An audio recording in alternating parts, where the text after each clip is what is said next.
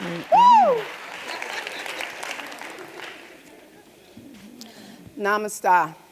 The divine in me recognizes and salutes the divine in you. And what a divine afternoon this is going to be, all right? First, I have to do some housekeeping because I have to thank my sponsors, because if it were not for my sponsors, we would not be here. And I'd like to give a shout out to the law firm of Kevin P. Widgington, Investors Bank, the law offices of John R. Tatuli, Arrow Limousine, Cleveland the Taylor, Curl Prep Natural Hair Solutions, and the Community YMCA. And to my designer and stylist, Sophista-Funk skirts designed by Arlinda McIntosh.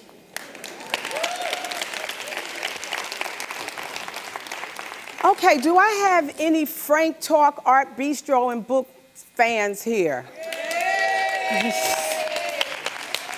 Okay, that was a nice little place that I used to own on Shrewsbury Avenue in Red Bank, and we had a fun time in that place. And for a Kwanzaa festival, I had the great Amiri Baraka there. And he was late getting there, and once he finally got there, and those of you who know what Frank Talk looked like before you entered into the doors, this little area there. So he gets out the car, and you know, he's a little hunched over now, but still beatnik cool and Afrocentric, and he says to me, "So how we gonna do this?"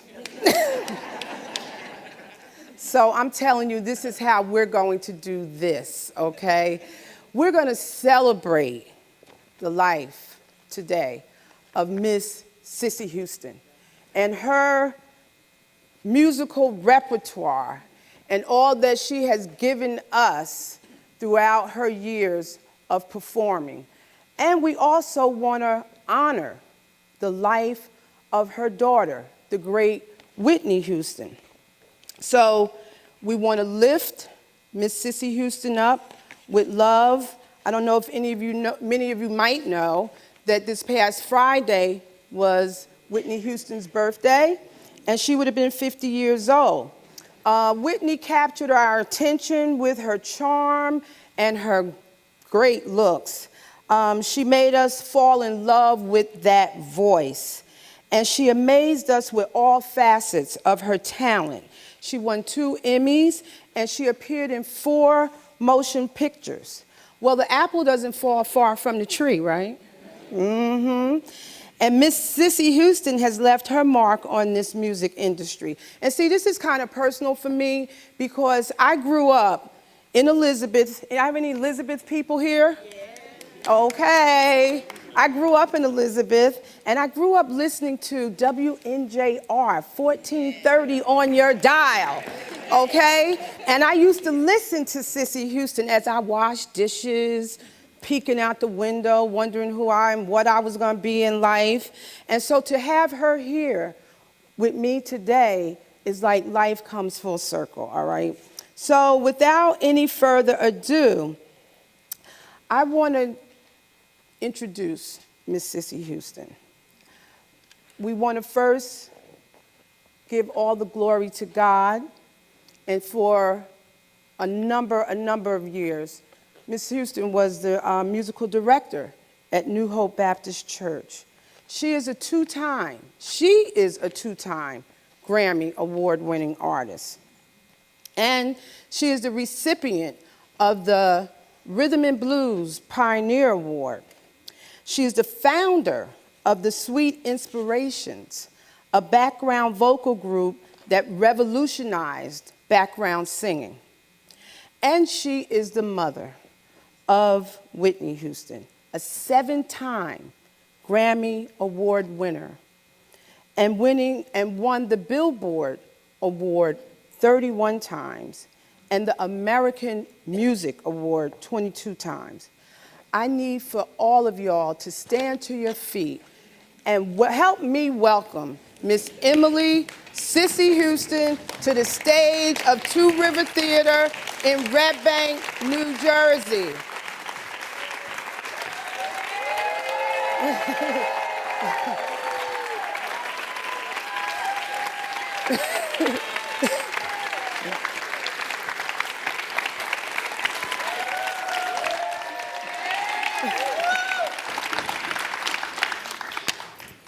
happy that you're here. I'm honored that you're here, Miss Cissy. I'm going to call you Miss Cissy. I feel very comfortable with that. Is that okay? Well, I have 4 doctorates. That would be really nice if you call me doctor. Doctor. Okay. 4 doctorates. I missed that one. So, Dr. Houston, okay? First, I want to tell all of you, I met Dr. Houston at a book signing a few months ago in Elizabeth. And when I approached the table, like everyone else with my book, I tried to engage Miss Houston, Dr. Houston, in some small talk, okay? And I went on to tell her, you know, I was at a book signing with your niece, Dion. And Dr. Houston looked at me like, and what that got to do with me?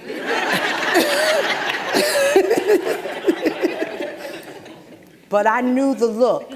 I knew the look because I grew up seeing that look myself from my grandmother, and she was like, okay, you're dismissed. All right, so I took my book and I left, all right? And now here we are.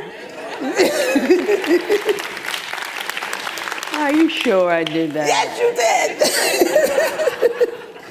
Okay, so I want to start off saying that I read the book. The book is very compelling, and I commend you on your honesty in what you brought to this book, because I know things have a way of being unauthorized and going out there. So that's exactly why I wrote it. And I'm proud to say that I'm happy you did it for that reason. So it's coming straight from you, Whitney's mother. So I want to start off by asking you, when did you know that Whitney really had it that separates the greatest from the best? Well, I don't think you know that until it actually happens. Her first song, came out, and You Give Good Love. Initially, it just went, through the roof. And it was surprising, not surprising, but yet surprising, because everything that you think, is going to be the one. It doesn't necessarily have to be so. But I was very proud that she had gotten to that one, and it just continued and continued and continued. So that I was very proud of. She worked very hard at her craft, and I taught her to do exactly that. I know we're going to get to that, because I know you were a real taskmaster.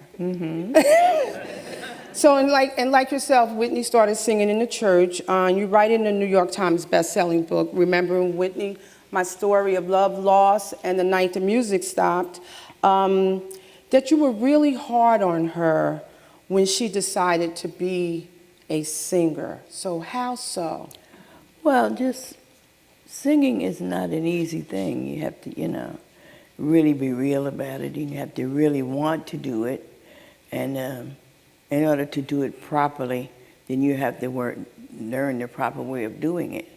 And it's a lot more to singing than just opening your mouth and doing, and everything comes out all right. It takes a while to learn where to breathe from, where to sing from, because you have 3 or 4 different places in your body that music comes from. Yeah. And you usually use it all if you're a real good singer. Oh, see, we're going to learn some things here today, guys. And you would tell her, bring them to their knees. Right. All right. So, as her instructor, those were your directions when she was singing at the church. So, what is your recipe for that? Bringing the congregation to their knees. What does that take? Just doing the best that you do. What you do. Sing from your heart. And if you're singing from your heart and you're feeling it, then someone else is going to feel it. If you're not feeling anything, then usually nobody else is going to feel it either. So That's what that is. That was just a different way of me saying it. So just do the best you can, what you know how to do. But you guys had some times there because she would be upset with you on the way home because you really have really worked her overtime and was on her case. Well, it didn't matter. Really? I was a mother. I didn't care what she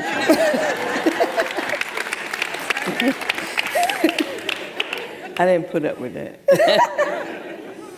So Nippy was the nickname that your husband John gave her, right? As a child, he gave his baby girl. So who was Nippy? Nippy was a really wonderful little girl, the little one that all of us loved, and she used to say when she got to be us now, I have to go out and be Whitney now, and so, but she was very giving and very, very particular and very all of that, And was very loving. When she had to go out and be Whitney, is there a difference? Of course there's a difference. She was on stage then and she had to give people what they wanted, which was of herself. It was not, I don't know whether it was such a difference or not. It was more added to what she had, or just being a simple self. When you go out and face the audience, you got different people listening to everything that you do, so you have to be perfectly, almost perfect, if you can be, And she just gave all that she had. And that's the way she was taught. Give all you can. Give all you got. That voice of hers that took us all by storm almost didn't happen. Can you tell us about that freak accident? When you